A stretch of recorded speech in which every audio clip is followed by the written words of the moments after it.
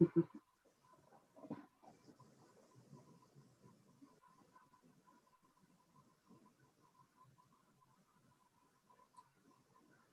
everyone, and thank you for joining us tonight on the Blackrock Castle Observatory YouTube channel. We have a very fun night for you. This is going to be a lot of information that's going to be really interesting, and it's going to be a lot of energy, I'll tell you that much. So we're going to do a little bit of housekeeping first before we get into our topics, and just to allow some people to join us and join in on the conversation. If you're just joining us for the first time, welcome to the channel. We are a place where you can find lots of videos about space and astronomy and things that we do here at the observatory. So if you like to join in on our live streams and you want to see the videos that we're doing and the content that we're putting out, make sure that you subscribe to our channel and hit that notification bell as well, because when you do, that way you'll get notified anytime we post anything new or when we do these live streams here. So make sure you subscribe to us. And if you're logged into the YouTube channel, then you'll be able to watch us live, but also you'll be able to chat with us. So we have the live chat going on the side there. So as we're going through the night and have any questions about anything we're discussing, pop it into the chat. And we're able to answer all of your questions for you live during this chat. And I want to tell everyone happy International Dark Skies Week. We are all here to celebrate this wonderful initiative, which everyone on screen here, I would think that this is an issue that's kind of near and dear to our hearts, because this week is about highlighting light pollution. This is something that we all deal with. Most of us are living in cities and things, and we as astronomers and astrophotographers and astrophysicists have to deal with this, as well as the general public. So we'll be getting into that a little bit later as well. So each person tonight is coming to this issue from a different angle. So we're going to get into each side of it as well. And it's going to be a fun chat. So let's just get right into it. I'm just going to start introducing everyone. First off, I'd like to introduce Dr. Niall Smith, who is an experimental astrophysicist, head of research at Munster Technology University, and founder and director of Blackrock Castle Observatory. And Niall's research focuses on space topics, including ultra high precision photometry, and uses small satellites, which we're going to talk about that as well, in low Earth orbit for a wide range of functions, from high resolution imaging to space cybersecurity to rural broadband. And keep that in mind, because we're going to be chatting about that. He was the higher education representative on the national steering group for the Irish government's recently published Space Strategy for Enterprise, and considers Space 4.0 to be a significant opportunity for the Irish business community. So lots to unpack there, and very important for this topic tonight. I would also like to introduce Cian O'Regan. Did I get that right, Cian? That's it. I have an issue with Cian's name. I never say it right. Cian's a PhD student with us at MTU Blackrock Castle Observatory, and he is a wide field astrophotographer. And his images, if you're on the internet, then you probably know something from Cian. He images the night sky, and these images have been featured in the New York Times, the BBC, RTE News, and he's a regular contributor to the Irish Examiner. I can't open a newspaper without seeing something. And Cian has been lucky enough to witness a total solar eclipse and the Northern Lights only 3 days apart. I remember that story. That's an interesting one. And last but certainly not least, our guest tonight is Katie Hughes, who is hanging out with us from across the way there in Scotland. Katie is a nightscape and astrophotographer living in Loch Lomond? Is that right, Katie? Is that how you say it? Yes, correct. Loch Lomond. In Scotland. And she started doing photography 5 years ago and became interested in photographing nightscapes and the Milky Way. And stuff's brilliant. I love Katie's stuff. And as time went by, Katie became more interested in capturing deep sky objects. So her current setup is for shooting the night sky is a William Optics Space Cat 51. And you're on a Skywatcher, it's an HEQF or Q5? HEQ5 Pro. Pro with a modified Canon 450D, right? Yes.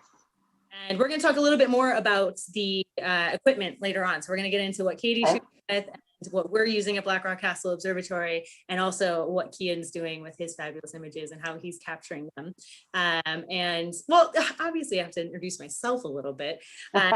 If you've ever joined us on a live stream, you recognize me. I'm Danielle, and I work at Blackrock Castle Observatory as a resident astronomer and a telescope operator alongside Niall here. And I'm lucky enough to work on the telescope inside of the observatory, which is Big Bertha. And she is a beautiful 16-inch Meade LX200R, and I just love her to bits when the skies are clear and I can actually use her.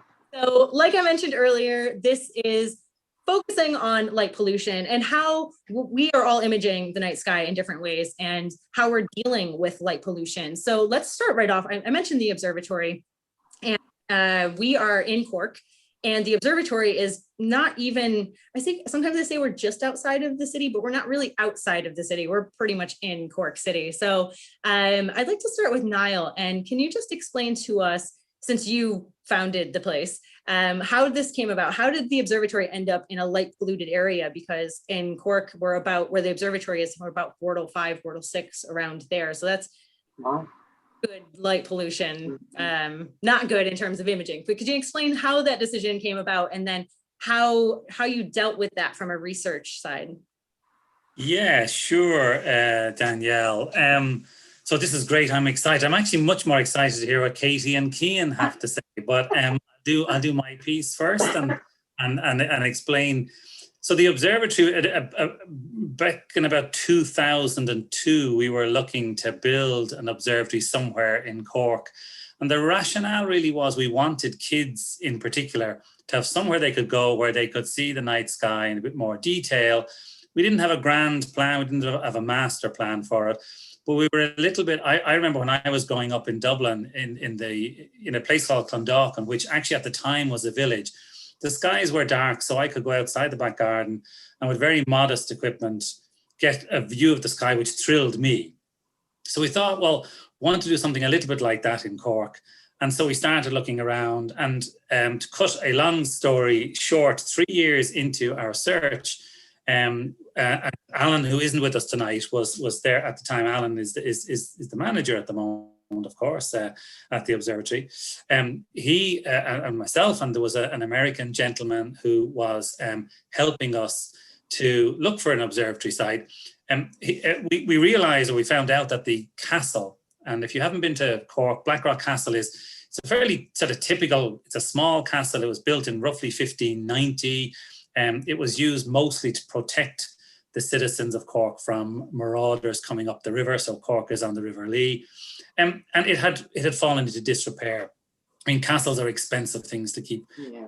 It had gone to all sorts of different interesting things, from being a discotheque to being a hotel, to being a place for poets, and a place even where people actually lived in really quite difficult circumstances in more recent. So it was a really rich history.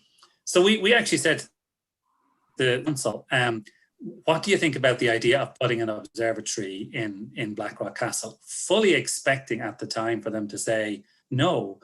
And they didn't. And I remember, because the pitch we made was like 5 or 6 lines on a sheet of paper, because we really thought there's really no point in going into a business case and all of that at this stage in the process. So they came back and they said, yeah, this is very interesting. Tell us a little bit more. We assumed at some point there would be this, request for voluminous amounts of material, hundreds of pages of stuff to explain how this was all going to work. That never came. They just said, look, we really like this idea. And the reason why we really like the idea is that we're going to celebrate Cork's past and its history, and also look to the future, because astronomy kind of does both. It links the past and the future. So I thought it was really forward thinking of the city council at the time, and I still do. And it was a first lesson to me, which I always like to say to people, you know what's going to work for you and what's not going to work for you. So give it a go. I mean, honestly, if we sat down and done cost analysis or risk analysis, we would have said it's never going to happen. And I remember the opening ceremony, which was in 2007. I remember we were even saying, we really don't have a business case for this. We're kind of going to wing this and we're going to see how it works. Looking back, that was very naive. But what I've also learned is thinking things through too much isn't always necessarily the best thing, because you don't know what 15 years ahead. We're open now 15 years. You don't know what's going to happen in 15 years. So be enthusiastic, be motivated, do something you love. And that's kind of what we did. Now you asked, so we just happened to find this castle. And the reason when you ask, well, the place, so the place is light polluted.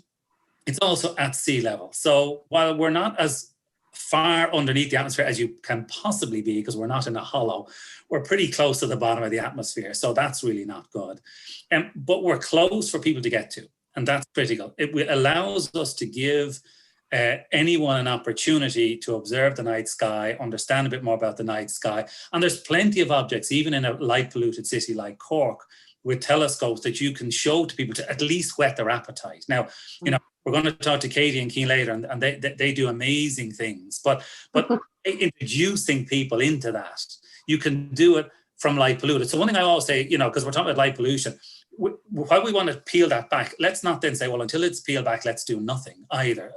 That's not, I think, the approach for us to take. So that's why we set up there. It was kind of by chance in one sense that it actually got accepted. We knew there were limitations. And interestingly enough, when we do get amateur astronomy groups in particular, they're always very critical of where we are, because they're saying, well, this isn't a good place. And we're saying, no, you're right, but this is why we're here. And actually, if we want to do more, of course, then we can connect in with people in areas, or we can travel to those areas, or we can get data from other areas. So, the world is a connected place. So the region isn't the best. Unless you're really in the middle of, I don't know, I don't want to be offensive to any city on the planet, but from pretty much anywhere, you're going to be able to see something at some point. And some places are clearly better than others. So again, we can go into the light pollution because we all want to reduce that, but also just to make the point that, we're not in the greatest sight from an astronomy perspective, but it is surprising what you can do from Cork, actually, even through the level of pollution that we have. So that I think is kind of just gives a bit of the background, Danielle, about how we fell into this in some ways. I'd love to say it's utterly professional of us, and we are amazingly. We just thought this through from day one. But what I have learned is, you think things through up to a point, and then you need to adapt and be flexible and respond and be dynamic thereafter. And that's the real mark of what's going to be a sustainable activity. Because you're going to have to change no matter what. So don't overthink it.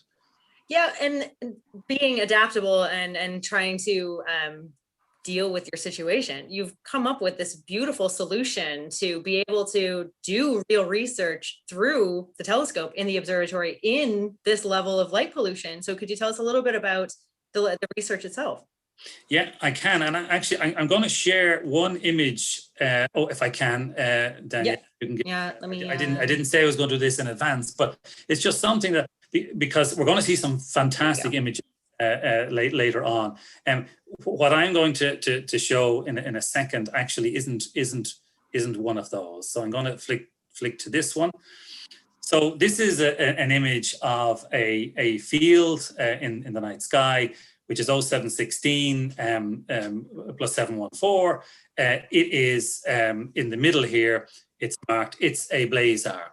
Now, a blazar is effectively a black hole into which material is falling, and a jet of material is ejected out, and that jet of material is directed towards us. And a bit like if you shine a torch in somebody's eyes, you can't see what's behind the torch. So all we see is this jet pointing directly towards us. But by measuring the brightness of that jet, we can tell something amazing about the physics that's driving the process underneath it. So this isn't a beautiful image of a galaxy. You can't see the galaxy. It's completely drowned out. But by measuring the brightness of this point of light, even though it's actually a massive, in physical scale, it's enormous. We can look at the brightness variations of this and tell something about the physics. The problem is that the atmosphere also causes this point of light to vary in brightness. So how do you remove the brightness variations from the atmosphere so that you can tell what's really happening at the source? So if you're at the bottom of the atmosphere in Blackrock Castle, there's an awful lot of atmosphere to interfere with your observations. So we developed a process called selective photometry, or lucky photometry, in which we take many hundreds of thousands of images instead of just tens of images. So we take very short integrations, and then what we do is we look for the moments. So you think of the atmosphere as twinkle, twinkle, twinkle, and all of that. But at times, even with the naked eye, you'll see that there's a little bit of stability and then a bit of twinkle, twinkle, and a bit of stability. Now, if you go on to much faster time scales, the atmosphere is sort of stable, unstable, stable, unstable. And photometrically, or which means measuring brightness, photometrically, sometimes the atmosphere is well behaved, sometimes it's not. So what we do is we pick out those moments when the atmosphere is really well behaved, and we throw away those moments when the atmosphere is causing us a problem. And by doing that, we're able to improve the precision of the photometry that we can do at Blackrock. So, for example, we can observe exoplanet transits from stars, which if you looked at where we are with the light pollution and everything else going on, you think can't do it. So, an area where you are in the universe, including Blackrock, challenges you, but it's the human spirit now coming in. How do we get around that? Again, it's back to this, get around the problem, and then see what you can do. But just to finish then, of course, if we can remove the bad atmosphere from Blackrock, when we go to better sites, so we've taken our equipment to better sites, professional observatories, both in Europe and in the US, by using this technique, we can, even though we're much higher up, and we've much less atmosphere because we're on the top of a mountain at an observatory, there's still some atmosphere there, of course. So, but by using this technique, we can again improve the quality of the photometry. And our ultimate aim, which we haven't reached yet, but we're continuing to look at it, is to see, can we do just as well from the base of the atmosphere as you can do from space? If, because we haven't done it yet, but if you can do that, that has massive implications. Even if you can get significantly far along the way, that has massive implications. So it's worth having a look at that. And that's essentially what we've been doing. The badness of the site caused us to look for a creative solution, which we now have applied around, really pristine sites. And the results are really quite exciting. It goes to show that, that by really pushing the boat out to improve things, that doesn't always work, but that every now and again you come up with a solution that works rather neatly. And this one certainly is one that's very exciting for us. Yeah, it's fantastic. And I love the fact that the observatory is there, and the way that this whole thing came about is because you're in not the best place. So I love, because I get asked that too, like, is this really a good spot to have an observatory? Go, no, not really. Not at all. Yeah. Katie was having some issues a little bit earlier with internet, so I think we might have lost her, but I'm sure. I see that for the minute, yeah. But we will. I actually wanted to talk a little bit to Kian next, anyways, and then to Katie. So, Kian, this image that has been going around and the one you caught recently is all over the place, and we've used it for our thumbnails. It's beautiful. It's, for anyone who hasn't seen it, Kian got this gorgeous shot of the side of the castle as the moon was rising, and the moon is bright orange and massive. It's of the castle as it's rising. It's absolutely fantastic. Can you tell us, before we get into anything specific, because maybe the moon's not the best topic for light pollution, because it's really the best to be doing astrophotography when you've got a full moon, but on a night when you've got a full moon, can you tell us a little bit about that image and what that was like? Yeah, absolutely. So the short answer to that question is that is a shot that I've been waiting to get for a long time. And I said that on a number of kind of posts or articles when people were asking me about it, saying, how did you have to wait for years to get this? But between the weather, as we all know, being an issue, or me being in the wrong place, or the moon not being in the right alignment for that picture to be taken, honestly, every time a full moon came around, I was on my software saying, okay, does it line up this month? No. And then it mightn't line up for another 6 months or so. So you might plan that out for 6 more months, and then finally you have the right, all the right alignment between the moon, the castle, everything's okay, and then next thing, the weather completely spoils all your plans. Yeah. But to be honest, it's once you've gotten it taken finally, it's something really that I'm really, number one, proud to have gotten, but number two, I think it's really interesting to see the people's reaction. What was most special for me for that picture was not just actually taking the picture and the fact that I got this picture and that it got a really nice reaction, but I remember when I was setting up to get that picture, I was setting up my tripod, I was setting up my camera, had my lens attached, and people were kind of looking at me out of the side of their eye going, what is that, like, what is that guy doing? I think he's taking a picture of Blackrock Castle, but there's nothing special going on here. And then the second the moon starts popping up, my camera was clicking away, so like I actually wasn't paying too much attention to the camera. I knew I had my settings close enough to what I thought the shot needed, so I just kind of stood back, and I didn't look. I was looking at the moon, obviously, because looking at the moon and seeing it with your own eyes for me is the most important thing, but just also keeping an eye on the people that are walking past and just being completely stopped. And that's an easy thing to say, and that's kind of cliche, but that's literally what was happening. So for me, that was the kind of coolest thing about it.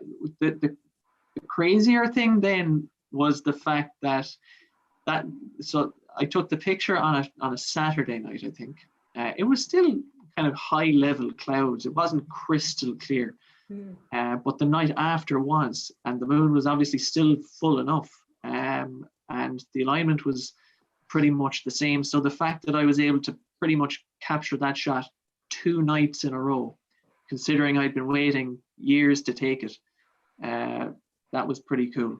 Who knows the next time we're going to be able to take that shot, but it's a nice one to finally tick the box on something that you've always. Oh, it's fantastic. It's such a beautiful image. And Katie, we're just talking about Kian's image. I'm sure you've seen the thumbnail that we used for the promotion. That's actually Kian's shot. He actually, Wow.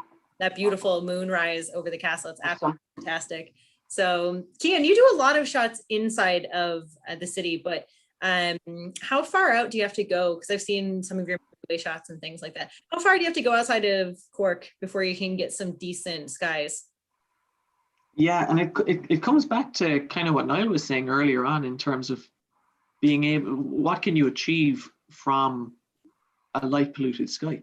And that could be the city centre of, that could be O'Connell Street in Dublin, Patrick Street here, or down in the Dark Sky Reserve down in Kerry. Just kind of comparing and contrasting what you can see in both locations. Usually for me, if I was to put a map, if I was to have a map on my wall and kind of draw a radius of maybe 30-minute driving time outside of Cork City, that's usually when I say, okay, once I'm outside this radius, I think I can do things like pick up the Milky Way. The camera will probably be able to pick it up within, once you get outside the city, it really, depending on how sensitive your camera, but usually to be able to just about make it out with your naked eye.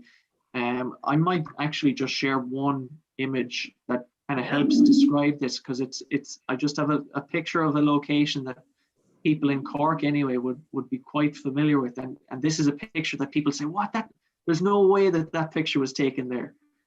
So it's Myrtleville Beach, which is down in Crosshaven, which is 25-minute drive, 30-minute drive outside of Cork City. There we go. It's just loading up on my other screen. So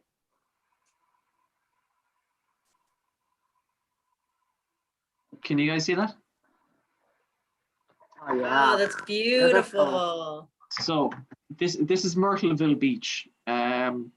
So in terms of the straight line distance from, let's say, Blackrock Castle to Myrtleville Beach, maybe 20 kilometers or so. I must work that out actually, but it's only a 25-minute drive. That's so when I show people this picture, this was taken probably I think it was May last year. Wow. So I drove down, this was at kind of the start of Milky Way season last year, when you don't have to stay up until 5 o'clock in the morning to see the Milky Way. Yeah.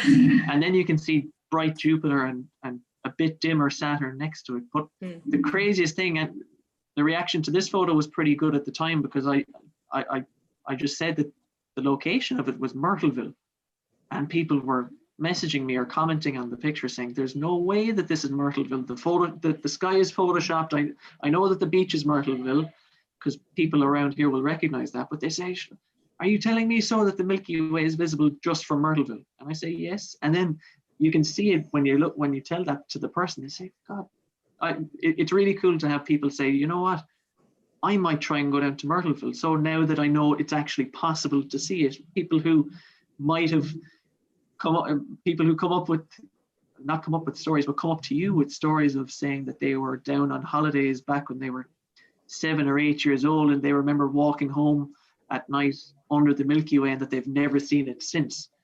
And then when they find out that you can see it just by driving for 25 minutes outside the city, that's cool to see in the people as well. But again, it all comes back to the point that you don't need to travel down to a place like the Kerry Dark Sky Reserve or up to the Dark Sky Park up in Mayo in order to see it. Obviously, you need to get outside the city, which again is a different issue in terms of things like transport. I'm lucky enough to have a car, so I was able to just drive down and take this. So I understand that that's not a possibility for everyone, but I think the underlying message of this is that you just, the Milky Way and things like this, they aren't so far away. And I hope that doesn't sound too cheesy. No, it's so true though. And when you have different equipment, you'd be surprised once you start messing around with stuff, what you can actually pull out of the sky, even if you're not out in super dark skies. And Katie, you're not in the darkest skies where you are, but you travel to get your shots as well. So what's it like where you are versus how far out do you have to go? Where I live in Loch Lomond, I'm under a Portal 4/5. And the further north I go, the darker it gets, you know. But I find that where I go locally, one of the local beauty spots, there's loads of light from the hotels, lots of light pollution, you know, and these lights are on 24 hours a day, shining over the water, you know, so you've got all that mixing in. And what I have to do is sometimes decide if it's a new moon, then it's fine. You can put up with, you know, a bit of light. But if the moon's up, say, halfway, I find that I either travel up towards Glencoe, where it's maybe a Portal 2 sky, you know, but it's very, very remote area. And, you know, it can give you some amazing images. And it's so dark that I don't know how to explain it other than you just see the Milky Way rising over you. And once your eyes have adjusted to the dark, it's mind-blowing. But I've actually seen me travel down to Dumfriesshire and Galloway, and even further past Stranraer down at Wigtonshire, just to get an image of, like the same as Cian, of the Milky Way, but with very little to no light pollution. The only pollution you might see is from Larne, you know, that far off in the distance. Because as I say, that it's difficult, especially when you live, and I live in Loch Lomond, where it's a tourist area. So there's always lots of light, lots of traffic, you name it, we've got it. But as I say, we are blessed with certain areas where we can go where the sky is dark and get, you know, the northern lights. And in the summer, like we were discussing earlier, Danielle, you're coming into noctilucent cloud season. So you want those bright clouds. So it's like, well, how do you balance it out, moaning about light pollution 1 minute and happy to accept it in the next, you know? But no, I will travel far and wide from one end of the country to the other, you know, just to try and get a shot and try and get something where light pollution isn't destroying the image, because you spend so much time just taking so many hours to get one image, you know, that wow, because you'll always have one where you'll go, wow, that's the one out of 100 or 200 images. And people think you're crazy. You stay out in cold, dark, dank weather for the sake of that. I went, yes, you do. If you're passionate about it, you will, you know. And That's it. it actually amazes me that, you know, the population of the UK, even down in London, most people haven't witnessed the Milky Way or have witnessed a night sky other than cloud. And obviously the moon, which is bright enough for everyone to see. And that breaks my heart, because there is a lot there to offer everybody. And if they could see what we see and what we get out of it, you know, even if it gets one person interested, then job done, you know. Yeah. But, as I say, it's there for the taking. All you need to do is go out and just lie back, let your eyes adjust to the dark and see what's there. And you'll notice so many different things. And much like Cian, I started off with widescape nightscapes, going down to the water, trying to get the Milky Way so that it's shining on the water and everything like that. And maybe doing light trails with my friends, you know, try to put a bit of pizzazz into these pictures. And I don't know, for some strange reason, anytime I've had my telescope, it's always been for observational purposes. And something kind of clicked one night. You know, I remember as a kid seeing the craters in the moon and getting to see the Orion Nebula, and how that made me feel, how excited I got about that.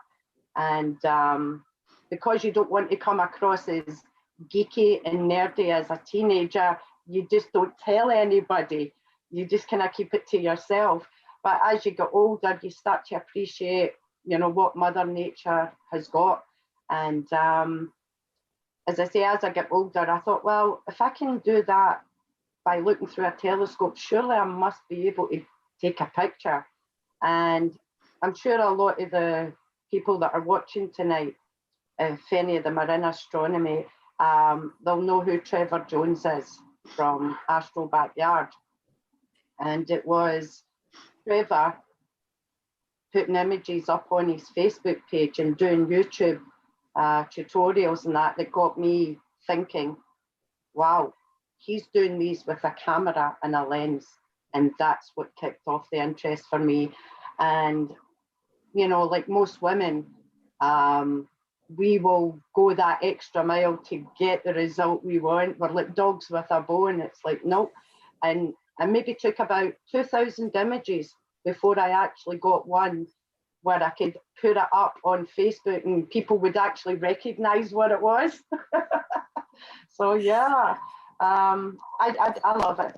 I absolutely, and all my friends that know me and my family, my kids, they all know what I'm like. You know, I can go outside, and as Danielle mentioned earlier, we may have clouds on the left hand and the right hand side of us. And if I see a gap in the sky, I'm out there. You know, it's just. Katie doesn't wait for the gap in the sky though. She goes, there are clouds there, but there's a possibility that they could leave. So I'm going to sit here and see if it happens. Yeah, that's true. It's very true. And sometimes clouds make nice images. They do. Yep. Well, actually, I want to get into the equipment side of it too, because like you had mentioned, you have a telescope. You're not really using a telescope now. Nope. You did have a telescope, and Cian has a telescope, but you don't use your telescope as much for your astrophotography, right, Cian? You're mostly doing camera work, right? Mainly for observational purposes, because at the end of the day, and coming back to what we were saying earlier, being actually able to see it with your own eyes. Yeah. And being, I mean, for me, still, and going back to the open nights with local astronomy clubs down in Blackrock Castle, now that is literally, you get a taste or a thrill for something when you first look through the telescope, and especially as well when you're surrounded by people like us or down there that are equally as passionate and as interested in it as well. It's very, very infectious, and it's something that I think always stays with most people that you know in this field. You can never see the moon's craters too many times. There's something that always brings you back out to say, do you know what, I'm just going to take my telescope out there for 5 minutes even, just because I haven't seen it, even though you've seen it hundreds of times before. So It's they're very still true. they're in my living room. So my family are saying, God, would Cian ever get rid of those telescopes, because he's all the camera stuff as well. So, but I'm saying no, they're staying here as long as I'm here. Yeah. What did you start with, Keen? Did you start with a telescope first, or did you start with cameras first? What did you? Telescope. Telescope. Like a 6-inch Celestron, which I still use to look through. But in terms of, people ask me then, in terms of how did the whole photography side come to it? It's not like I was out taking pictures of birds or soccer matches or anything like that. Yeah. It really does come down to, and I know it kind of ties into the image that I took. And part of the reason why I was so happy to get it, we've all been walking down a road and there's been a lovely full moon rising, and you'll see people, those people that I was lucky enough to share the full moon with last month. The automatic reaction is to take out your phone and start taking a picture and taking a picture. But nothing, even a really high DSLR type image, no matter how good the image is or how good the camera is, it's not going to come close to what you see with your eye. They can come very, very close. But in terms of capturing what it actually looked like, the exact color, but also the feeling of what it was actually like to stand there. So that's when I kind of said, you know what, I have too many pictures on my Facebook page or on my phone that are just, they don't quite cut it. And not because I was saying, do you know what, if I start taking good pictures here, I'm going to get some newspaper coverage out of it or something like that. It was literally just me going, you know what, I'm sick of these iPhone pictures. I need to just see, let's see what happens if let's just compare the difference between an iPhone and the camera. Then I bought my first camera when I was 16. And I've been using that camera up until last year when I traded it in.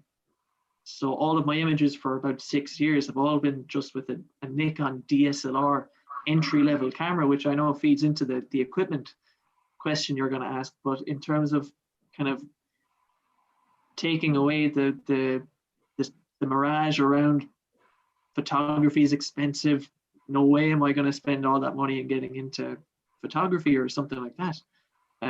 It again, just like the Milky Way isn't as far away to see as you think, photography definitely, it is expensive, especially if you keep it up, and if you say, because I don't have it with me now, but I'm just after buying my first really expensive zoom lens 2 weeks ago, but that's 7 years after I got into it, So for me, it's kind of a long road to get there. You do see some people that say, you know what, I'm going to get into photography, and they're not really sure what they want to photograph, and then they will. You do see people that go away and buy all the expensive gear, and then they might take 1 or 2 pictures. They might go out for one night, not necessarily astrophotography, but just photography in general, and then they say, I could have taken as good of a picture on my phone or whatever, and then they just leave that equipment. And then that's the kind of story then that you hear of people finding cameras in attics 40 years later that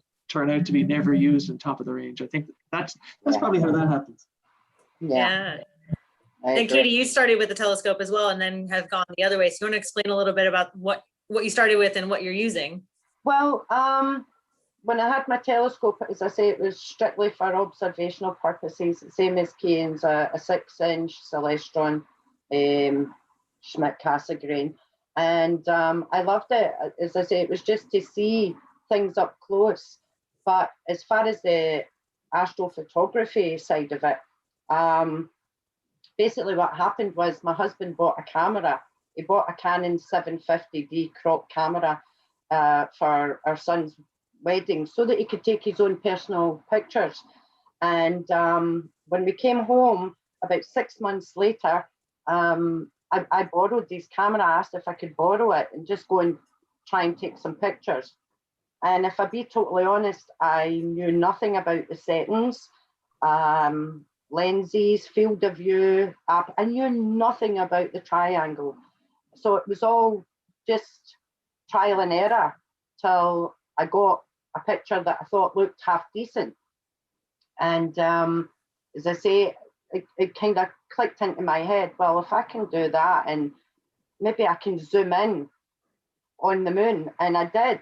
And as I say, I was getting the craters with, I had a 100 to 400 millimeter lens, and so I was zooming right in, and I came to the conclusion, don't go with a full moon, go with a half moon when you've got a better chance of actually seeing something more detail. And then this one night in particular, Orion was up, and I mean, it was February, so it was cold, crisp, and really dark. And I thought, I'm going to try for it. And I zoomed in, and Danielle knows this story. When I saw the picture on the back of the screen, it was a red blob, but it was beautiful because I knew I'd got the Orion Nebula. So, like everybody, you fall down the rabbit hole by buying expensive lenses and upgrading your cameras, just like Cian said. And it doesn't necessarily mean that you're going to be a better photographer or get a better picture, because if you don't understand the actual machine that you're using, you've got no hope, other than going on to auto, and you've got no control over it. So, like most folk, I joined the camera club, and going out, safety in numbers. And as I say, we're blessed. On occasion, we get the Aurora Borealis. So went out one night 4 years ago at this point, and got the most amazing aurora. And that just kind of blew my mind. And I thought, no, I really want to get into this. And like Cian, I was doing Milky Way, I was doing widescapes, seascapes, anything at night where the stars were coming through. And I just started getting into the deep space side of it, and that just made me more determined to try and get, the Horsehead Nebula, some of the galaxies, like Bode's galaxies and things, and I just love it. It's amazing what's out there, and so much color as well. People will say, oh, that can't be real, and I'm like, it is real. Okay, we're enhancing it in Photoshop, bringing out more detail, but there is color up there, it's just how you bring it out. Just like NASA with the Hubble telescope, you've got the Hubble palette, which is fake color, but it's how they've broke it down into the basic elements of what these, these chemicals and elements and gases, what they would look like with color. So when people say to me, oh, it's fake, I'm like, well, you've got your opinion, but I can assure you, if you go out, even with your mobile phone and have it on a tripod or somewhere stable, and you take at least a 10-second exposure, you'll see something. You will see something, even a Absolutely. Yeah. Yeah. But, And I say this all the time. I have a friend of mine said to me years ago, a photographer, and he said, it doesn't matter what camera you have. You have the most expensive equipment ever. He said, yeah, the best camera you have is the camera that's with you at the time. with So you. it happens, the aurora comes out, or the moon, like he was along, and the moon is there. You've got most everybody has a phone in their pocket right now, which phones that are out have very good cameras on them. You'd be surprised the kind of astrophotography you can do just by a lot of the phones have pro settings on them, and so much easier to mess around with them. So, because one of the questions in the chat here, Alan was asking, what kind of advice would you give to a beginner astrophotographer? And I would say, whatever equipment you have, don't go out and spend something yet. If you got to see if you can mess around with settings in there, and it's so easy. The sliders on there, everything's touch screen, and so it's just mess around with that and see what you can do. Or if you've got a camera lying around, I did the same thing. I rarely talk about this. I'm not sure if I've ever really talked about it anywhere, but my first astro image was when I was living in Dublin in my backyard, and I had a camera I was using for vlogging. So it's not for astro at all in any way, shape, or form. And I don't even know what made me think about doing it. Something I might have seen on YouTube probably, but they said, try to shoot the night sky. So I thought, all right, and I'm going to get my coats and my boot and everything. It was middle of winter, stood out there in the backyard and shot Orion. And I remember that moment where it came up on screen, and it was my first time really, I'd only ever shot auto on a camera ever.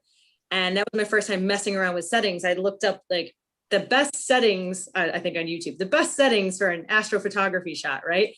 And I just followed that exactly, shot the image. And I just remember going, and out loud took my breath away. I was the only one around. And I was like, this is incredible. I had no idea that I could get that kind of detail in an image. And that was it. I was hooked. I was a maniac. And that was it for me completely. Like I dove straight into, I'm going to work at an observatory. Like that was it. But it's always something, like it's the moon, it's something, it gets somebody really into it. Once it's in you, like, it's like, it's in your blood, it's in your bloodstream. And Niall, I know you didn't go straight into imaging black holes. So like, what was it that got you? Did you have an aha moment where you're like, yeah, this is what I want to do? Well, I was just thinking all you guys do 6-inch this and all the rest.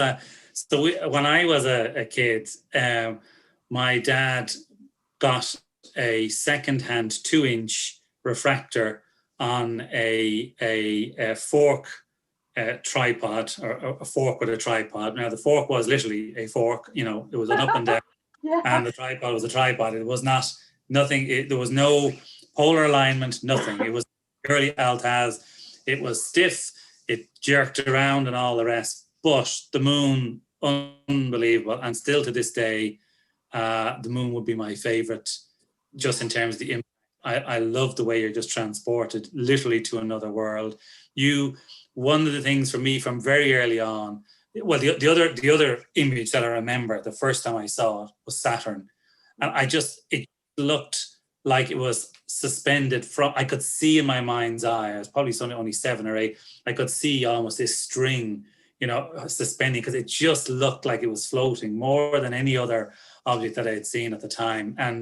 But I think so. I just loved that, and my dad, I have to say, played a big role in my early years.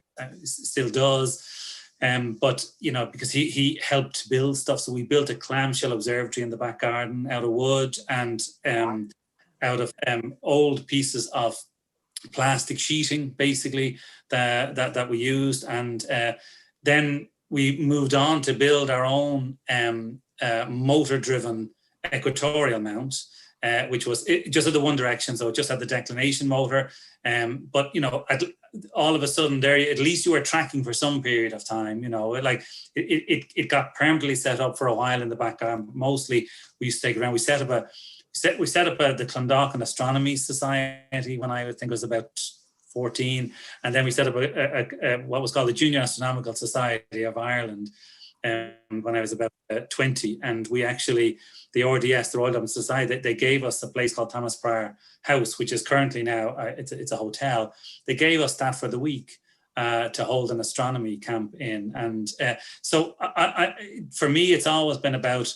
I've always loved both looking at it myself, but also being with others and getting them to see things for the first time. Like King said at Blackrock, I mean, open nights are amazing to hear the oohs and the ahs still from people. But one other thing, and it was just when Katie was talking, I know a lot of people, I've heard astronauts say about that when they go into space, they get a real appreciation for how small the Earth is, and the idea, this overview effect. And probably Danielle heard me say this before. I think, have you never gone out into a really dark sky site and looked the other way? Because honestly, if you don't feel small and insignificant looking that way, you're not. And so I think this underview effect, which we can all observe. I mean, I actually at times feel it's almost frightening. I like when it's a really dark sky, you just feel so physically insignificant, not significant in any other sense, but physically insignificant. And again, if you have this horizon with the water, just the idea of the stars slowly, in your almost hear the Earth rotating as well.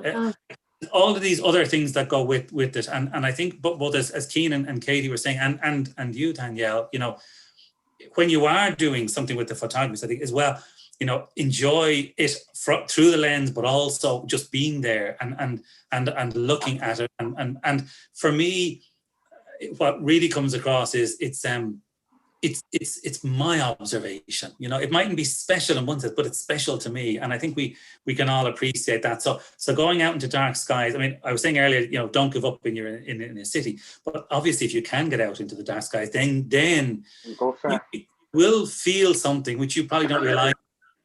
It is truly amazing to see that if you give your eyes the time to adapt and all the rest and so on. So it's just such an amazing experience, even if you have no idea what you're looking at. Yeah.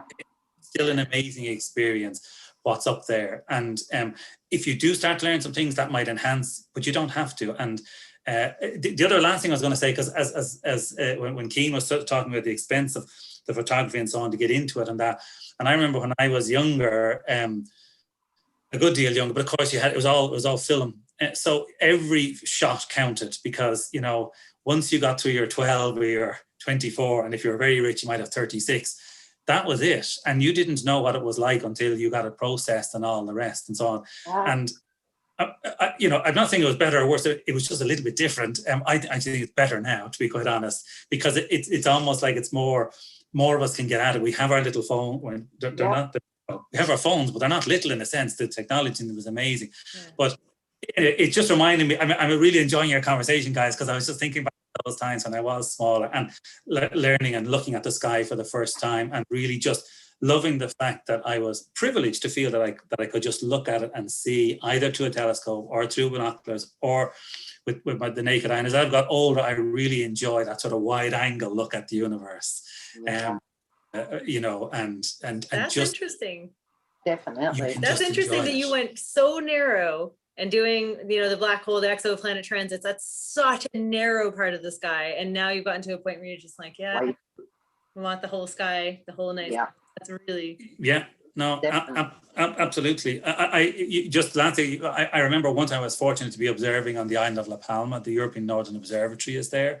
Yeah. But it was the night before we were starting observing, so we were walking up from what they call the residencia, where you sleep, and we're trying to get adapted to the night, because I was never, I mean, as an astronomer, you think you can easily stay up all night. I was never, like at about 2 a.m, I'm just thinking, I don't care anymore.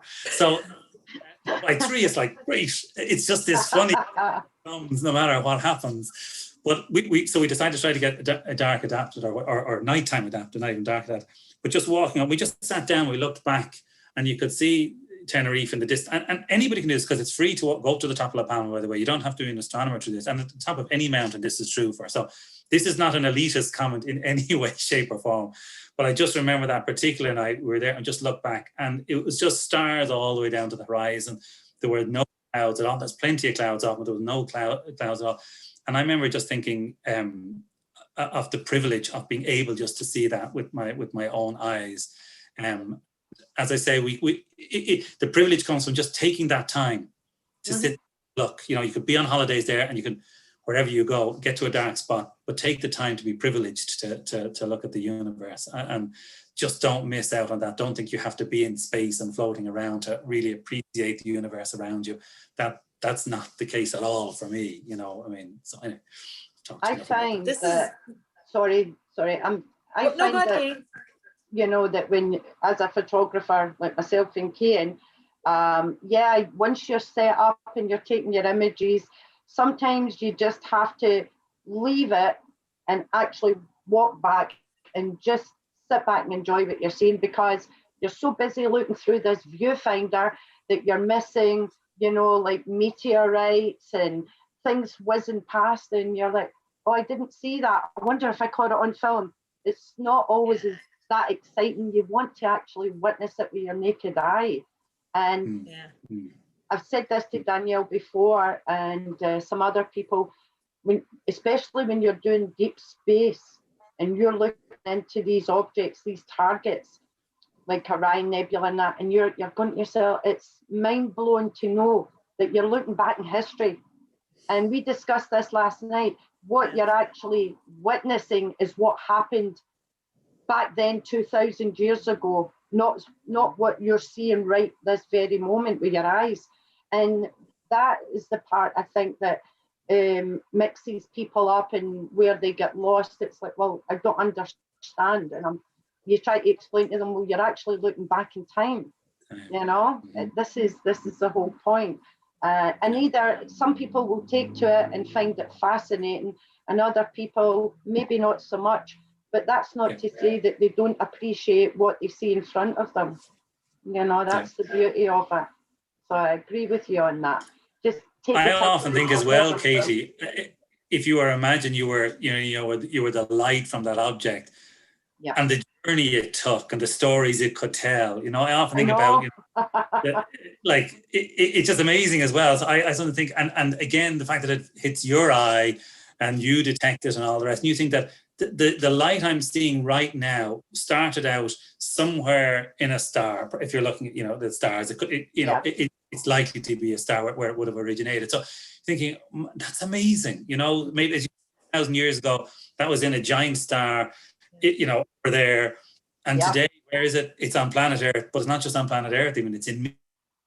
It's interacting with me. Like, that is interacting with the Orion Nebula directly, in a sense, you know. I think when you think of it that way, you're really connected to the universe around you. And yeah, I think that's for me, that's fascinating. I always love that. Again, what I would love to see is, we had been discussing ladies in astronomy, and the fact that you've got the great female astronomer, Wilhelmina Fleming, Scottish, and she's the one that put the dark horse, the nebula, right there for us. And she found that in the Flame Nebula, marked it down. And you think, when she was looking through a telescope way back then, how much of a difference is there to what I'm seeing now? Is there more color, less color, more density? You know, things like that. My mind goes, is it the exact same, or is there partial changes? And there was part of a conversation we had last night on another program that Danielle and I were part of, and they come up with the exact same thing. And I thought, do we really all live in this loop where we all actually think and do the same? Because somewhere down the line, Danielle will say something and I'll say, I was actually thinking that a couple of days ago. It's quite, you know, it's quite disturbing at times. But it shows you that in the grand scheme of things, like you were saying earlier, we are like a speck of sand in this vast universe, and you do feel insignificant and small, and we should, because there's so much out there, and a lot of people don't get the chance to see it and enjoy it, you know. Whereas I do, yes, I moan about the weather, no doubt Cian does, no doubt Vinny does, but I find that if we're struggling with cloud and God knows what else, rain, hail, snow, whereas our counterparts who stay in San Diego, California, all these places who have 300 clear nights a year, whereas we're lucky if we get 300 minutes of clear sky a year. So to me, it's like we put in a bit more work and a bit more effort, and we travel more to try and find it. You know, it's not a case of, it's not a competition. Oh, I'm out to outdo this one. You take what you can get, and we appreciate it. We appreciate it more. Exactly. That's exactly it. Yeah. And we had talked about that before, but I want to touch on this struggle. You were talking about, you know, going through the struggle here, and Niall mentioned space. So I know we're very, this conversation is very uplifting right now, and I'm loving it. Let's talk a little bit about what's not uplifting about astrophotography and why it's important or not important, which kind of comes into the light pollution, is when you're talking about having things streaking through your images, and we have lots of things being launched into space at the moment. So we've got lots of things happening with Space 4.0, with lots of CubeSats going up, SpaceX is launching tons of stuff up there, and people are getting streaks through their photography and in their images. So Niall, can you explain to us why this, maybe from a positive side, like what's the good part about having these kind of CubeSats going up, and what can we expect for the future? Because they're launching more and more, right? We're going to have a web of CubeSats around. So briefly, first of all, I guess if you look at the way space has developed, we've moved into what's commonly now referred to as Space 4.0. And the key thing about Space 4.0 that differentiates it from Space 1, 2, and 3 is that it really involves private companies, to some extent private individuals, who have taken advantage of developments in technology so that satellites can be launched relatively inexpensively. So previously it was done by governments, and it was probably, because it was so expensive, the number of objects going into space on any given, in any given period of time, any year, was relatively small. A lot of the earlier satellites were placed into very high orbits, into geostationary orbits, roughly 33,000 kilometers above the Earth.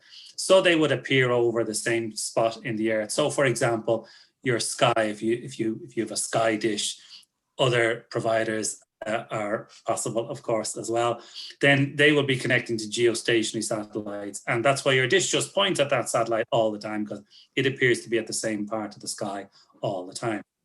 So it is satellite television in the true sense.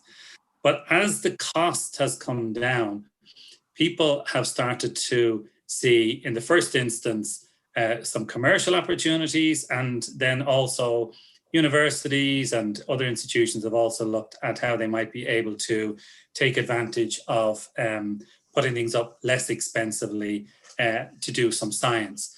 The issue, though, is that the less expensive means you put them into a much lower orbit. So instead of being 33,000 kilometers up, you're more likely to be maybe 500 to 2,000 kilometers up. Once you start with that, although your object is relatively small, if you don't do something fairly radical with the way it reflects sunlight, it's going to start to appear much more bright than the much, much larger geostationary satellites, but they're so far away that you really don't see them very often. In fact, there was a thing that people might have heard of, a thing called iridium flares. Mm. So Motorola put up a series of the first sort of mega constellation back in the 90s, that it could have even been the 80s, but certainly in the 90s. As these satellites were maneuvered, or as the satellites moved in orbit, sometimes the angle between them and you was just right to get this bright flare. And this is kind of exciting because it was very rare. So you could go on a website and find out when the iridium flare could be seen and all the rest. The problem now is that you don't have to wait for this sun satellite angle, because there's so many satellites up in the sky at the moment that it's possible to see them with the naked eye on a relatively common basis. So you said, let's put the positive spin on this. So why are people, who's putting up the most satellites, first of all? So the company that's doing most of the putting up at the moment is SpaceX. They have of the order of 1,300 satellites in low Earth orbit, low, and some in medium Earth orbit. And they're specifically targeted at providing broadband on a global scale. It's a business, and the issue with the SpaceX satellites that is getting a lot of concern amongst the astronomical community is twofold. One, they're not quite as small as the CubeSats. They're a good deal larger, and because they're in low Earth orbit, they're very visible. In fact, if you go outside tonight, you just can't not see them with the naked eye. They're visible, and you'll see these little tracks. You can tell they're pretty much they're SpaceX, or they call them Starlinks, because if you see a point moving across the sky, and then a couple of minutes later you'll see another one, and if you a couple of minutes later you'll see another, so there's this similar orbit, and then you might see ones going at another, but you'll see them because they appear in groups. Now, early on, I don't go into too much detail, but early on they appear in very, very concatenated groups, and as they move in their orbits, they're more spread out. But you can tell that they're starting. But at the moment, the objective of this is to provide broadband on a commercial basis in regions which can't be serviced by traditional things like copper or fiber. The reason why the decision is to, or the commercial opportunity is to do it in those regions, is if you've already got copper or fiber, you're probably going to get a higher bandwidth than you will get from these satellites. So they're not really trying to compete with you. If you've got fiber, you're going to stay with fiber for the time being, and that's fine. However, even in Ireland, we know that there are places that have almost no connectivity. And you could be waiting a long period of time for very poor connectivity. You don't have to go. You could even be Keane's 20 kilometers outside of Cork. In fact, you could even be in Cork if you're in parts of Cork City. The coverage is very patchy. So in principle, you can do that. In fact, some testing has already gone on. We've been involved in some testing of Starlinks in Cork, and already you can do connect to them, and they work rather well already. So, but for me, the conversation, and sorry for the long sort of backstory to it, but for me, what we have to start to think a bit about is two things. One, can we make them dark? And that's an obvious question. But secondly, what are we trading off here? So if I'm sitting in my heated room here in Cork, and my belly is full, and I'm talking to you on the internet, and life is good, that's one thing. If I'm in a really seriously disadvantaged area of the world where there's no education, no connectivity to the internet, so roughly 3 billion on the planet have really no connectivity to the internet, there's a whole series of things spawn off that. Lack of education leads to all sorts of poverty. It leads to lack of opportunities for individuals. It leads to discrimination. Women in particular are severely disadvantaged when education collapses, because they generally stay at home, do the work, and the men go out and so on. You see this, that the number of options. I'm not saying that it's up to me to decide on what cultures should decide to do, but options are what you get if you have connectivity. You can decide on what you do with those options. When you don't have connectivity, you don't have education, then there's a fundamental societal problem. As we've seen in COVID, connectivity now we're doing in a different way, and we were able to stay in our homes but still be connected, still educate people, get them their degrees, their PhDs, or their lifelong learning, whatever it was. This type of fascinating conversation, we've managed to turn our world upside down. Mostly that's through fiber and so on, not through satellite. But if you can take that now into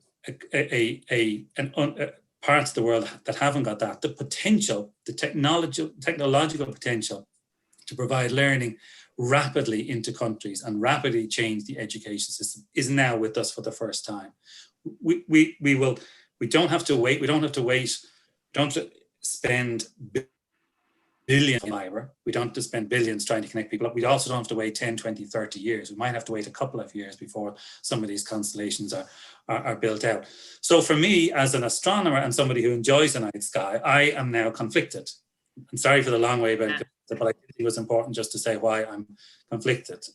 Because I see the advantage that this technology provides us. I see why it's disruptive at the moment. If I'm being honest, I think in the future we will solve the problem of the reflection of the satellites. And the reason I say that is I don't know of any fundamental physical law that says you can't make satellites black. I've seen nobody make that argument. So it may not be that you can make them fully black. So there may be some reflectivity of them.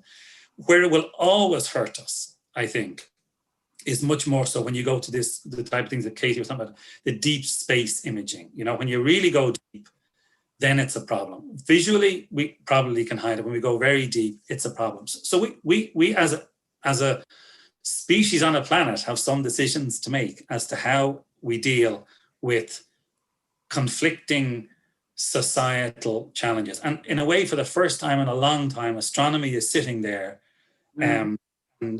with a view and with an expression and with an input. And I would like to think that we can balance the two given it over time. But just to finish then, yeah, and I know I've gone on a little bit. When I look back at things like, you know, the way we started off with steam locomotives, and they were fantastic at first, but then as more of them spawned and so on, getting coal to the right places, dirty, you know, and people, it was arduous work and so on. So the diesel engine comes along, that's much better. But then we find, of course, fossil fuels in general are bad. So now we're moving into the era of using electric. But we haven't stopped society evolving, even though there's been negative trade-offs as we've been trying to do that. I mean, if you live next to a dirty railway line with smog coming in your back garden every 5 minutes, you might have said, well, let's stop railways. But there's a trade-off between the two. I think we're at that point with the way that we're dealing with space. One other final thing, and then I'll let others agree or disagree, but it's exciting to me as an educator that we have the possibility of designing our own CubeSats and taking some control over what observations we want to make of the universe around us. If you were born in Ireland at the time when I was, which was in the early 60s, you just looked at what others were doing. You were not part of it.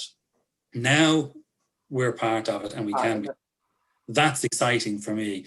So I what I want is my students to be saying, let's put up a CubeSat that's black.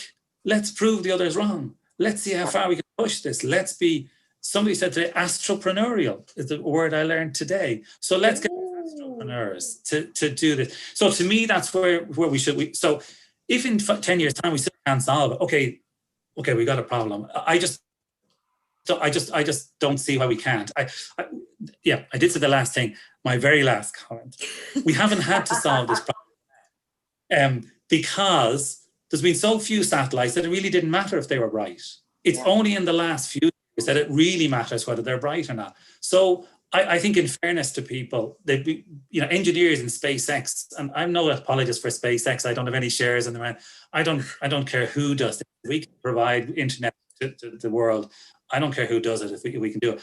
But I suspect that most of them didn't go out and look at the night sky. Most of them didn't think about that side of things, and they were delighted that this radio stuff that their satellites were using was carefully, and all the rest. And then somebody said, hold on a minute, your satellites are bright, they're destroying the night sky. I suspect they were as shocked as everybody else. So we have to get rid of the shock, sort out a problem. And if we can solve it, then regulation is going to have to come in, and we're going to have to figure out what the trade-off is. So anyway, that's some very long-winded thoughts on it. But it's an area I'm passionate. That was fantastic. And thank you for that, because that was pretty much a whole overview is what it was. And I'm now curious that Katie and Cian, have you had to deal? Actually, Cian, I want you to talk about something because I know you shoot aviation as well, and Katie, I think you've had some satellite streaks through your images before, right? Well, some of it, partly the reason for that is because of my own planning and intention to shoot images with satellites passing through the images, specifically the space station. And that's the reason why I got that big fancy zoom lens that I was telling you about, is because if I take one more picture for the rest of my life, I want to get I've gotten it before a couple of months ago, but I want to get a really, really crystal clear shot of the space station passing in front of the moon. So that's just, again, kind of the human element to it, but also the fact that it's a human-made structure in a place that is a really hostile environment like space. That's just my kind of motivation. But coming back to what things like regular satellites, or even like you were saying, last week I was planning on taking a shot of the sun setting over a church, right? And I planned it all out. It was going to intersect with the cross on top of the church at exactly this elevation, at exactly this second, and I was going to stand in this exact spot, and it was going to make the front page of every newspaper in the country. And that was the plan, and everything. Weather was even perfect, so nothing could go wrong. And as I was waiting for the sun to set, I said, kind of like we're all kind of doing with COVID and stuff, the fact that there was no contrails in the air for the last year, there's been no aviation really compared to the levels that we've seen before. And like you said, I like shooting aviation. I go up to the airport and take pictures of planes just again, because for me it's a cool thing it's one of my favorite things to take pictures of. So the moon was set, or the sun was setting, getting closer to the cross. I said, yeah, we have the shot. For once I didn't actually have to worry about the shot. And then the plane that I saw flying over my head maybe 5 minutes before, maybe 7 or 8 minutes before the alignment, as I was snapping away, going, wow, this is really cool. I noticed this small black line coming through across the sun. And I said, "Oh my, what is going on here?" I was like, if this is a power line now that's only visible through a silhouette, I'm going to be, because I don't like taking pictures of power lines, for example. That's a human-made object that I don't find, and I'll park that point for later. But at first I was like, oh my God, it's the plane that I saw 7 minutes ago passing overhead is now flying in front of the sun, which of all the places in the sky for it to pass in front of, it's passing right in front of the sun. I just kept clicking. There was nothing I could do about it. But maybe it's because of my fascination for taking pictures of aviation as well. I am delighted that that plane photobombed my shot. Maybe that's why the newspaper editors didn't like it. Maybe it wasn't on theme, but I certainly liked it. You like that? But I saw the image. I thought it was really fantastic. It's really interesting. It's an interesting shot, if anything else. It's just a. Will I pull it up for you very quickly, just in case? Yeah, go any, for it. Just in I case got an any airplane editors once. watching here. Only one time. I was focusing my telescope on the moon, so my moon, it's actually a blurry shot. But as I was focusing, a plane flew in front, so I just started snapping. I got three pictures. But look at that! Isn't it cool? So yeah, no, it's really cool, and mainly I wanted to do this just because I wanted to see the kind of zoom and the resolution that I could get shooting. I mean, that cross on that church is 3 kilometers away. The plane was way off the Irish coast, so that's a couple of 100 kilometers away. And then obviously the sun is 93 million miles away. So good distance control, nice field of view in that image. But just finally going back to Starlink, and then I'll let Katie talk about it. I was thinking about this the other day in terms of what I'm asked by friends of mine, or even by my family, in terms of when they look for something in the night sky. It's usually the space station. So they're always saying, "Oh, Cian, when is the space station next passing overhead, or when is the next full moon?" That's another common enough one. But I went on a camping trip last September down to Kerry, down to the Dark Sky Reserve. And we were out camping, and we were all just sitting around a campfire. And I knew that SpaceX had just launched 60 satellites 2 or 3 days beforehand.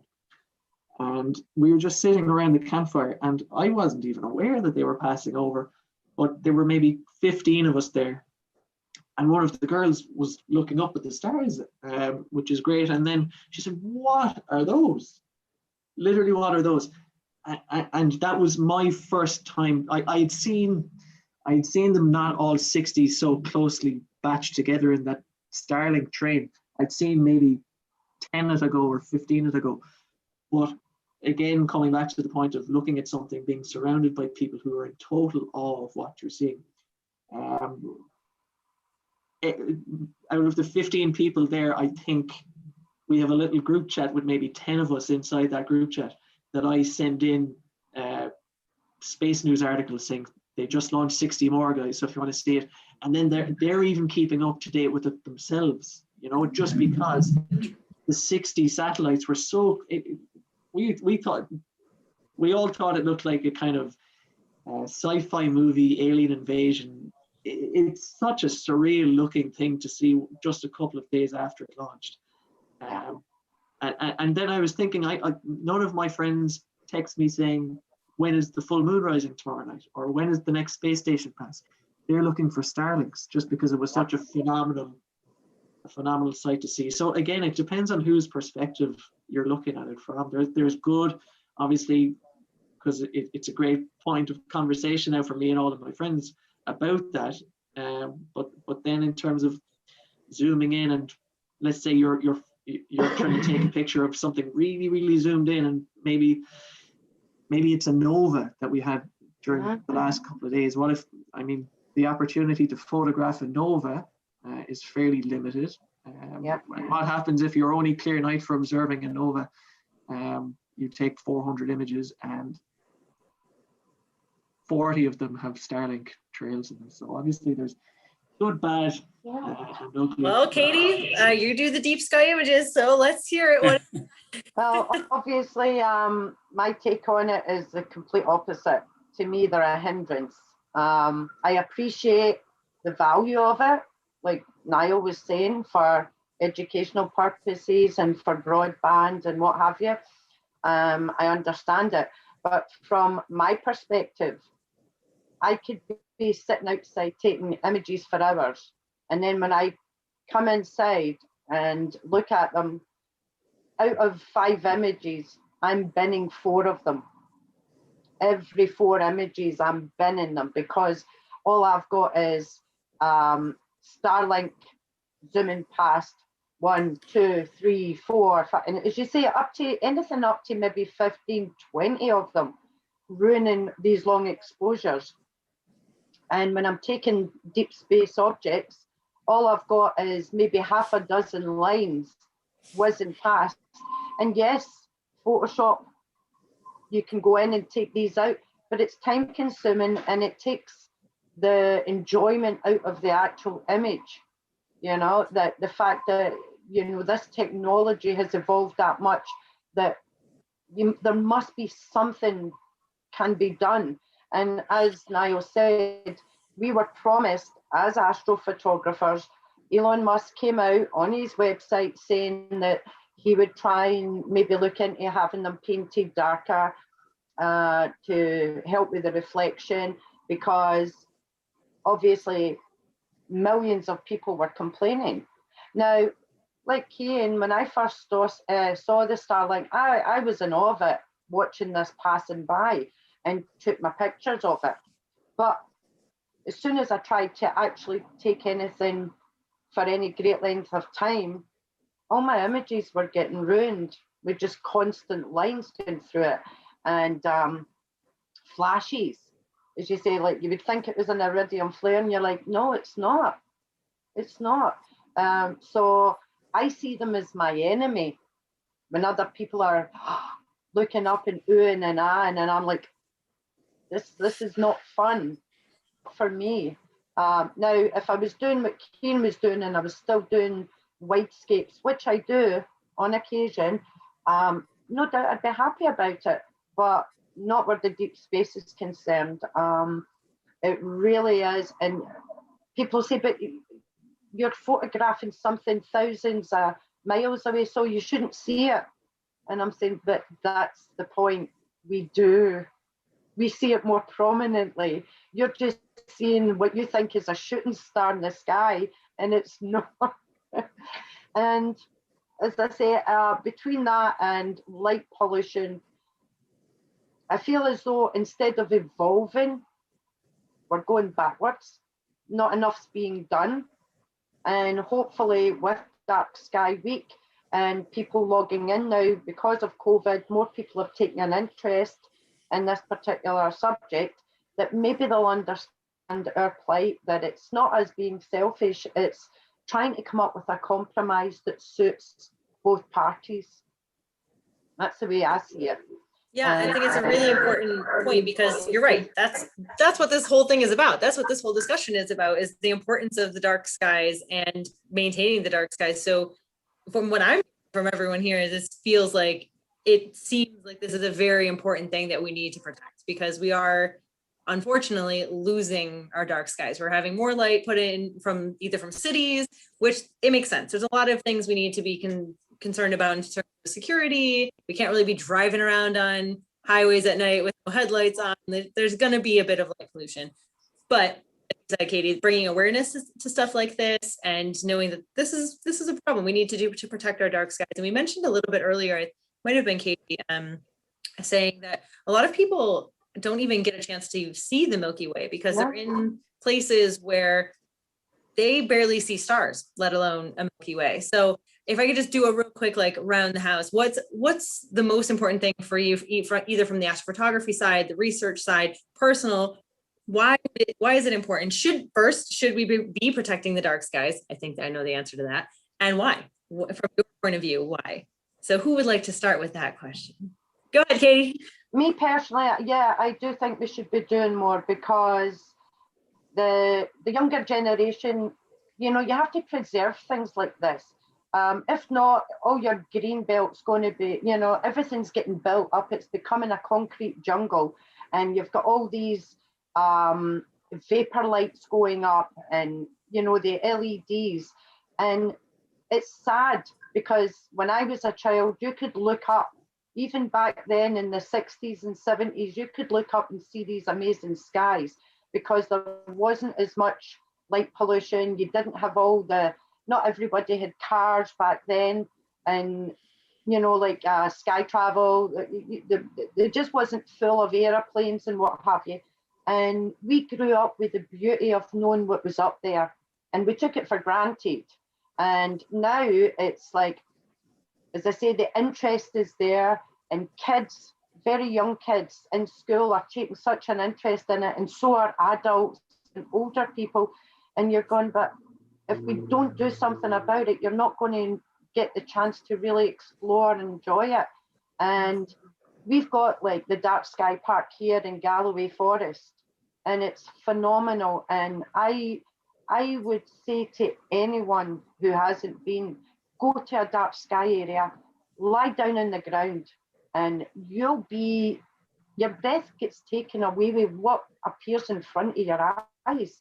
You know, and the sky's completely different from what it is in the city. You'll see billions of stars as opposed to looking up and just seeing a few. You will see billions of stars and shooting stars and whatever else is in the night sky at that point. And I think if we don't preserve it, the younger generation are going to be robbed of that. You know, they really are, and that would be a travesty in my eyes. It really would. So that's my take on it. Cian, you deal with the city and the countryside. So what's this mean to you to protect these dark skies? Before I talk about the difference between, let's say, Cork City and the rest of Ireland countryside, I spent 2-3 years ago, I spent the summer in the Netherlands, right? And there is not anywhere in the Netherlands where you can go. There's no city that you can drive far away enough from that won't get you a dark sky.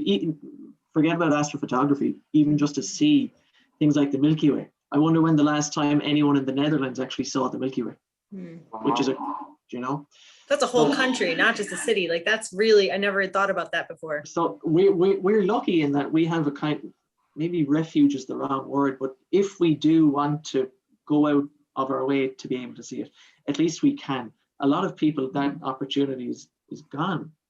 Yeah. If they want to see a dark sky park, they have to take a plane ride, you know. So I do feel lucky. I also feel lucky when I'm out in a dark sky location, when I'm, again, not even taking pictures, but just out looking. Let's say last year, Comet Neowise. I took half the time I was out looking at it, I wasn't taking pictures at all. I just was looking at it because who knows the next time you're going to see a comet with your own eye. And the fact that the light has traveled, it has traveled so far, and Niall talked about this, that the light now is reaching your eye. That's something special. And then when you're out there and you're doing that, you're thinking, why isn't everyone else out here with me? Yeah, this is the most cool thing. This is so special. This is what should be in the newspapers instead of the price of petrol has gone up by 1 cent or something like that. And I know that that's an important issue too. But what I think is also really important, going back to city versus going out into the countryside or a dark sky, that ultimate, I learned this when I was giving planetarium shows down in Blackrock Castle, is that when you show them, we have that effect where you can show them in the planetarium, almost, I call it a simulator of the night sky to kind of prepare you for what you would see, right? But when you turn off the light pollution filter, like you can do in Stellarium or other night software, the difference that people say when they say, okay, this is the night sky view above Cork City right now that we all know. You can see maybe Jupiter, Saturn, brighter constellations, but that's about it. And they say, yeah, okay, that's familiar. And then I say, if you drive 30 minutes outside of the city, or if anyone lives in the countryside, this is what you see. And then you show them the after view of what it looks like.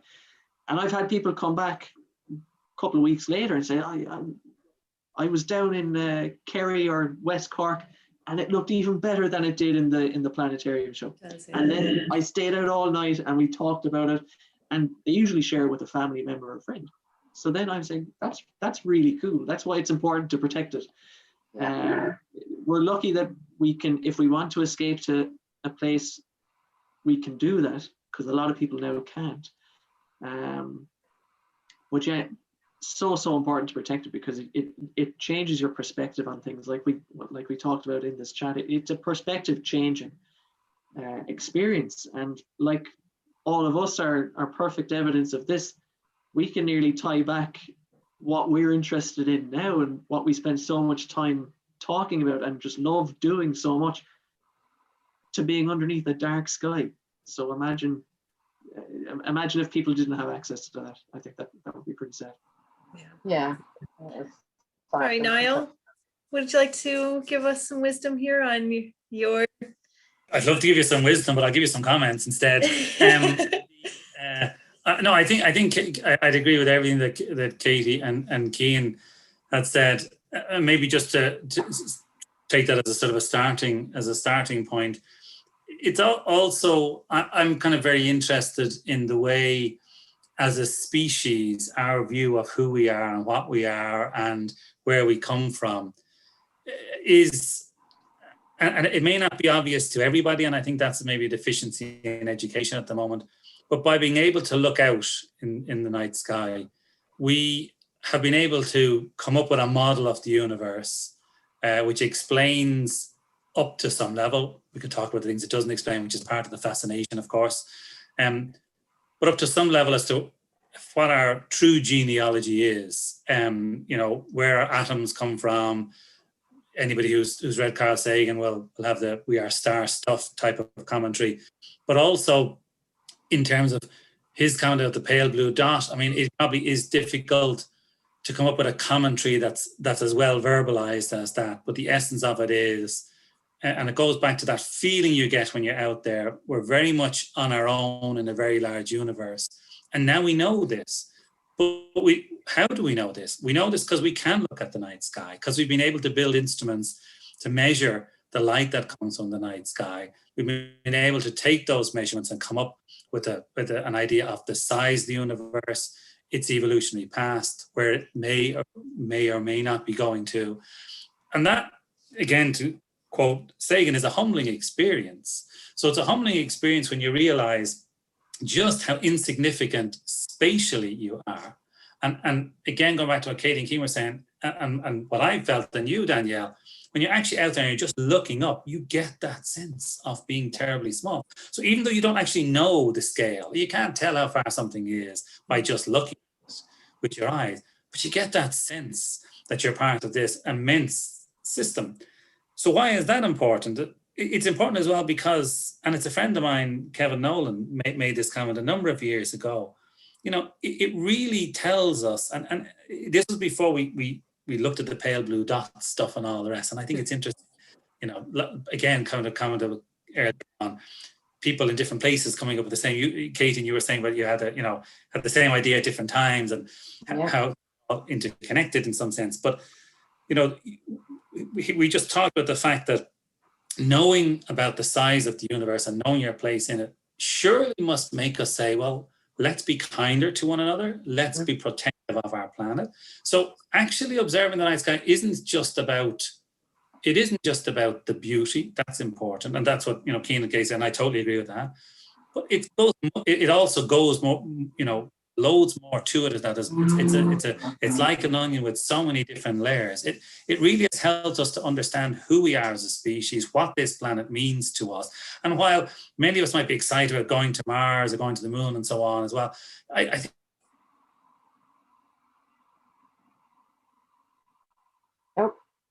Oh no, did you lose him? Just at the dying embers. Of course, I know, and at Niall. the same time, Niall, sorry, you cut out. We lost you for a little bit. Oh, my apologies. Am I back yet? Oh, it was like, you could tell you were like just about to give us the best, most important information we've ever heard our entire life, and then you froze. Yeah, and now I have no idea what I was going to know. In another universe, the internet didn't cut out, and by what I just said. But in this one, we can all be just disappointed. But I think the other thing I was going to say, because I'm not sure where it cut out, even going forward, I mean, you might have seen, this thing about the possibility of a fifth force, for example, and that's been talked about now, since the announcement earlier in last week. But we also know that and that's sort of on the quantum scale. So there might be something interesting going on the quantum scale. Then on the very big scale, dark energy, dark matter, we don't know what that is. So looking outwards, we have to look more at the universe. If we actually want to figure out what is the universe, what is it really up to, because it matters, because we're part of it, then we can't shut the night sky out. Now, some people might say, well, look, just go to the far side of the moon, where you're away from all the interference of the Earth. I mean, what an appalling... Do that if it's an option that you want to take, but don't do it because you've messed up back home. But fundamentally, I think the important points are what Cian and Katie said about, being able to go out and enjoy and encourage people to enjoy and try to do it in a way that they don't have to fly for 2 hours to do that. My concern there is if we don't grab a hold of our population, I don't know how we stop this spawning, because we decrease light pollution, but we increase more people, so that increases the light pollution a little bit. But we can be as energy efficient as we like, but our eyes are only so sensitive, and we have to have a certain number of photons to be able to walk down the road without tripping on the footpath. Yeah. And if there's too many of us, so again, it's another of these interesting issues that eventually we run into. I'm just reminded of a Star Trek episode where there were so many people on the planet that they all walked past each other like, and that's all stuck with me. I mean, anyway, I don't even know what I'm saying there, in the sense that, our population is what it is, and people will have families and so on. And at some point, I don't know where that finishes or what happens. But there's a few things that are going to challenge our light pollution thing, but I think we now in 2021 should use what we know to encourage it to preserve the skies for as long as we possibly can, and hope that then going forward, other solutions will come in. And again, we won't really lose the skies. I think for so many reasons, it would be a catastrophe. And by the way, I do think it would be a catastrophe if we let the number of satellites just spawn and we didn't do anything about it at all. Just optimistic that we will eventually get a handle on it. I think we just have to. I think there'll come a time, and I could be wrong on this, guys. Another Carl Sagan comment, by the way. I could be wrong. I love that phrase. I could be wrong. But is that, if you have the option of getting internet or broadband from satellites that are bright in the sky or satellites that are dark, maybe it's a bit like the organic food or, energy that comes from renewable sources. People would say, well, I'm not taking for those satellites because they're messing up the night sky. And there's all sorts of bringing to bear on commercial entities. So I wouldn't give up on any of that at any level yet. Absolutely not. It's not an inevitability in my view, and it can't be, because we need to get back to Katie not having to use Photoshop to take all the out of her image, and us to be able to maybe see the odd dot every now and again, because it's like, yeah, there's the installation, that's amazing, but keep contained in terms of numbers. I think a lot of it as well is it's teething problems with all this that's going on at present, because it's new to everybody, not just SpaceX, and it's trying to find that fine balance, that's going to, kind of satisfy and see everybody. So just teething issues, and hopefully they'll take on board what everybody said to them and said, look, we're happy for this to happen. We don't have a say in it, if truth be known, but they're happy, to let it happen, but at least try and meet us halfway, and that's all we're asking for. Is just meet us halfway so that you don't just completely destroy our night skies, So absolutely. And I think we can put that pressure on. And as I said, I'm an optimist, and I think we have to win this one. I hope so. From the artistic standpoint of the astrophotography, but then also the research standpoint, the whole lot. My view is we can do it all. We're smart enough. Look what we've done. I mean, as a species, when we put our minds to it, we're pretty good. So Yeah, I mean, Yeah. you showed the image earlier of the black hole. They're small. I mean, when you're imaging black holes, you're really zoomed in. You're really doing deep sky stuff. So it only takes, and like Katie mentioned, when you're looking at a satellite from the ground, it's a tiny streak in the sky from your eye. But when you're really looking at one specific part of the sky, when that streaks across there, it's a streak. It is not a little tiny line going across. So you don't want that going in front of a black hole while you're trying to get images and trying to image very annoying. for research.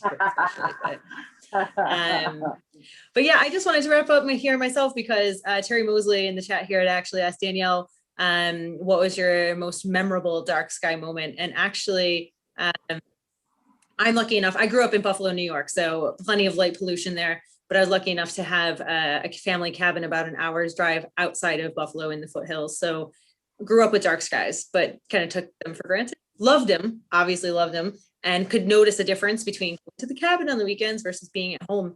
But actually my most memorable dark sky moment that I can think of right now, I think would probably be here in Ireland. And I took my girl here out for a weekend, and it was supposed to be nice and clear, new moon. And I couldn't wait to get out. It was in Ardfield, just outside of somewhere in West Cork. I can't remember exactly, but I was on the side of a cliff. And it was very, very dark and fantastic because no moon. So lots of this time of year is actually April. So I had the Milky Way rising in front of me. So it was absolutely fantastic. And I really wanted to go out and really image some stuff. That was what I was going to do. Got her all set up, and it was cold. Like Katie's saying, she's got snow right now. I mean, it was that kind of level of cold out there. And when you're on the seafront too, you really feel it because it's so humid.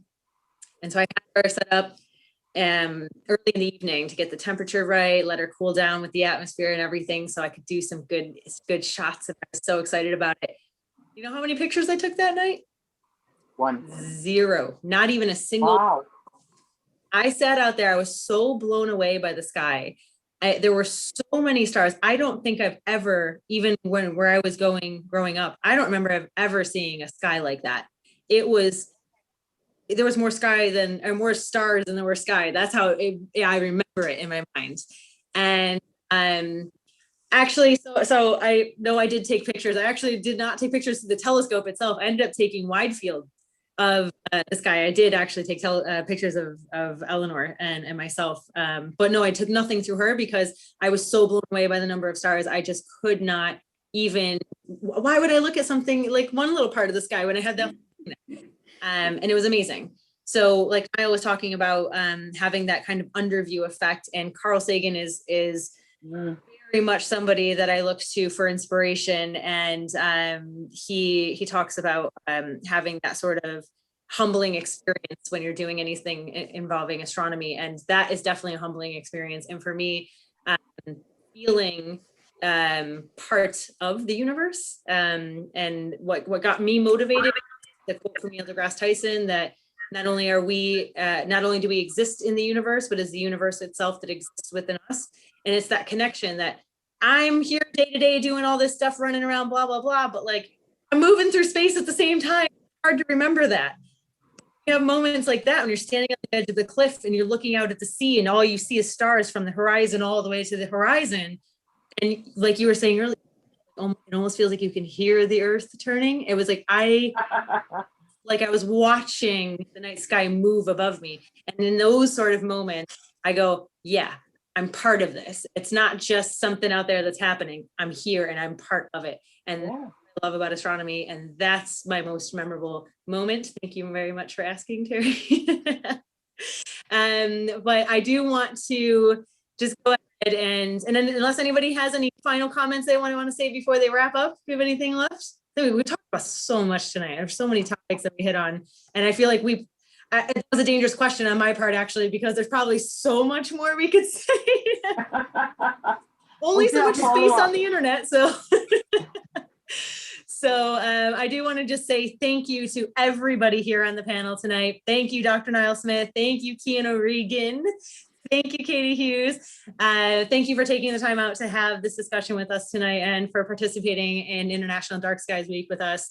It's been a blast. I had a great time. Thank you to all the viewers. We have so many comments in the comment section. I actually couldn't even get through any of we got through some of them, but there's so much in there. So thank you to everyone at home watching this talk. And if you do have more questions, if you think about things later after this talk, if this sparked some kind of idea or question that you have and you think about it later, you can always contact us through our social media platforms. We're on Twitter, we're on Instagram, we're on Facebook on Blackrock Castle Observatory. You can email us at info@bco.ie. We can always try to answer those questions for you. Katie, do you want people contacting you? You want to tell people how to get a hold of you? Yeah, well, you can get me on my Instagram under alba_astrophotography, or you can get me on Astronomy Scotland Facebook pages. Just put in whatever question, and if I can help you, I'll certainly get back to you guys.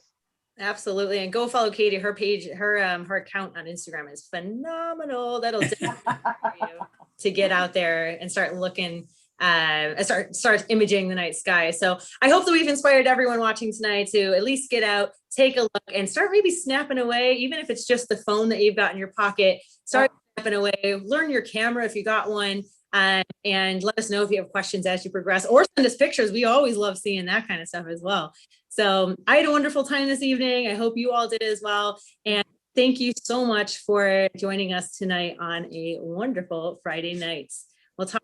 Thank you, Danielle. Thank you. Thanks a million, Thanks, Danielle. Danielle. Thanks, everyone.